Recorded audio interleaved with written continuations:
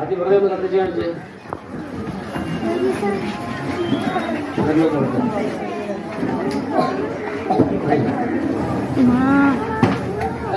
വെറുതെ കാണിച്ച്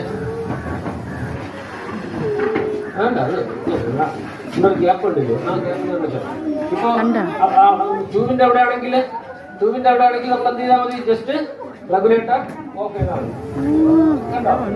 നമുക്ക് വേണമെങ്കിൽ ഞങ്ങൾ വെറുതെ അടയ്ക്കും, പക്ഷെ നിങ്ങൾ അങ്ങനെയൊന്നും ചെയ്യണ്ട. ഇത് ഇനി അത് കത്തിച്ച്